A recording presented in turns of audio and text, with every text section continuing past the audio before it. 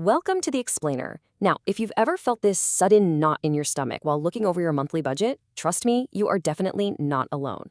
Today, we're pulling back the curtain on what is arguably one of the most brutally effective wealth training mechanisms in our modern economy, the auto financing industry. We're going to completely unpack the hidden mathematical traps and the psychological manipulation that are literally designed to separate you from your money. But more importantly, we're going to show you how to use the data we're about to cover to finally escape this cycle for good. Let's dive in. So picture this scenario. You're lying awake at 3 a.m. just staring at the ceiling. Your mind is racing through all these potential financial disasters, right? A broken laptop, a massive unexpected vet bill, or maybe you're just doing that dreaded Sunday night math, trying to figure out if you're ever going to actually get ahead or if you're just treading water for yet another month. You feel like you're stuck in financial quicksand, all while watching everyone around you drive these shiny, expensive new trucks. Well, this anxiety often leads to something we call automotive Stockholm syndrome. This is when buyers become deeply emotionally attached to a massive pile of debt that is actively destroying their future, defending a $70,000 truck as an absolute necessity just to feel successful. And the crazy thing is, that emotional attachment totally blinds us to a brutal mathematical reality. Buying a new vehicle is essentially wealth destruction with cup holders and heated seats. The literal second you drive that brand new car off the dealership lot and its tires hit public pavement, it instantly loses roughly 20% of its value. I mean, you haven't even made it to your driveway to show off to the neighbors yet, and you are already down thousands of dollars in equity. A car is the exact opposite of an investment, yet somehow we are all conditioned to finance it like it's a rapidly appreciating asset. Okay, let's dive into Section 1, the 0% lie. Okay, so you're driving past the dealership and you see it, that massive glowing neon sign with the magical promise of 0% APR. Free money, right? No way. The dealership isn't some charity giving away its primary product for free. Here is how they actually make their money on a 0% offer. When you sit down in that little office, you're usually presented with a choice: 0% financing or a massive cash rebate, let's say $5,000, if you just go with standard financing. They are almost never going to give you both. This is the classic price versus rate trade-off. If you choose the 0% offer, you are forced to decline the $5,000 cash rebate. So what does that mean mathematically? It means you didn't avoid interest at all. You effectively just prepaid a massive $5,000 finance fee up front, disguised as a higher purchase price. And honestly, that's assuming you even qualify. To get that 0% rate, dealers require incredibly strict conditions. We're talking a top-tier credit score of 780 to 800, plus a heavily compressed loan term of maybe 36 to 48 months. If you finance $50,000 over just 48 months, your monthly payment is going to be absolutely astronomical. We're talking well over $1,000 a month. The deep irony here is that the only people who actually qualify for these super short-term 0% loans are typically the folks who could afford to just write a check and pay cash anyway. For the average buyer, that monthly payment is just flat-out terrifying. Moving right along to Section 2, payment packing and hidden fees. So, when you flinch at that astronomical monthly payment, the real games begin in the dealership's finance office. Have you ever heard of payment packing? It's a highly deceptive practice that actually violates the Federal Trade Commission Act.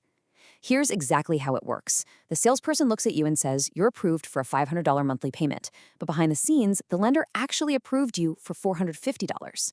The dealer then quietly packs the contract with extra features to make up that $50 difference without ever clearly telling you. They actively manipulate those approved loan amounts to sneak in extras, padding the dealership's profit margins entirely at your expense. So what exactly is the whole shebang they're packing into your loan? You've got to watch out for these specific, sneaky add-ons in the fine print. Gap insurance, extended warranties, maintenance plans, chemical protection, whatever that is, key replacement services, and windshield protection. Sometimes they'll even flat out lie and claim these are mandatory to get the advertised price. They aren't. You absolutely must review the full contract and know your true out-the-door price before you sign a single thing. If you didn't explicitly consent to it, it shouldn't be in there.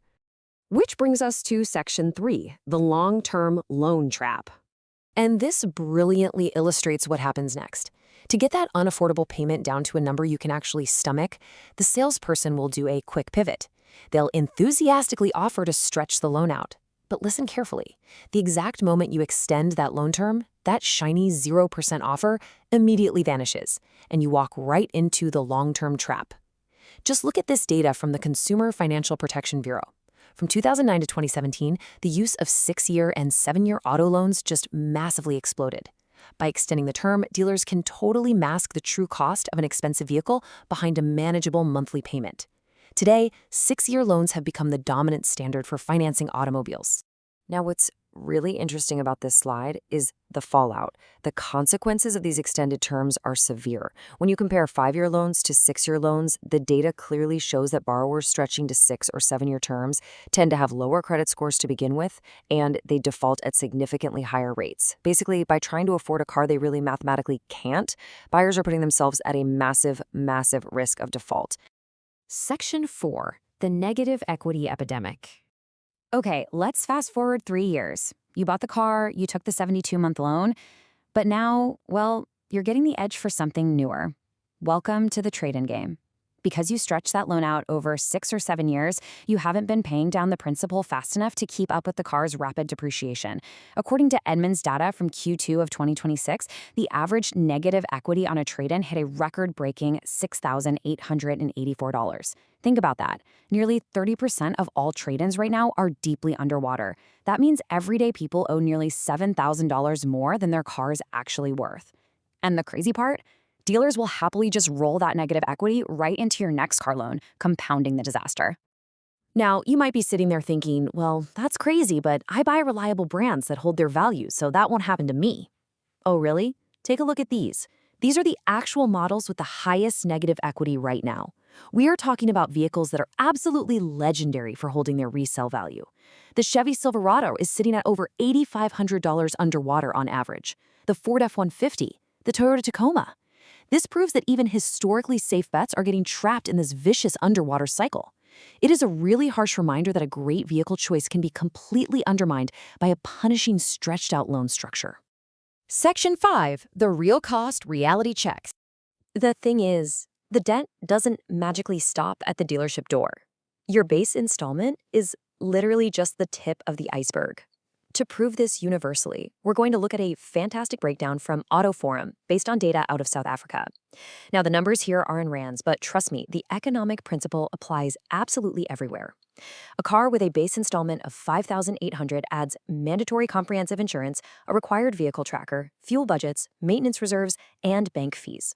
When you tally up the whole shebang, the true running cost jumps to over $10,300. Hidden mandatory compliance costs and daily running expenses push a base payment up by nearly 80%. Let's move to and see how this builds into an actual strategy you can use. Consumer finance experts highly recommend this simple rule of thumb for calculating true affordability. You take your base car installment and multiply it by 1.5 times if you have a service plan, or 1.7 times if you don't. That final number? That is your true affordability number. You need to do this math sitting at your kitchen table before you ever set foot on a dealership lot. If you can't afford the multiplied number, I promise you, you cannot afford the car. Finally, Section 6, Escaping the Hamster Wheel. So the crucial point is this. Escaping this trap requires a total, fundamental shift in your mindset. You have to stop looking at the shiny monthly payment and start looking at this number instead, $600,000. Right now, the average new car payment is hovering around $800 a month. If you took that $800 car payment and instead invested it in a simple, boring index fund earning just 8% annually, over 30 years, it would compound into over $600,000. Paying $800 a month for the privilege of enjoying that new car smell basically makes it the world's most expensive air freshener. That shiny new truck isn't just costing you your monthly cash flow. It is quite literally costing you your entire retirement. You are trading your future freedom for a depreciating metal box. Which leaves us with the ultimate question, doesn't it? Do you want to look wealthy, or do you want to actually be wealthy? Because real wealth is invisible. It's the peace of mind knowing you have serious money sitting in the bank. It's having that ultimate walking away power from toxic jobs and financial emergencies. A reliable, slightly used car gets you to the exact same places as a brand new one, but it lets you keep your wealth. So the choice is entirely yours. Are you going to keep running on that financial hamster wheel, or are you finally ready to step off?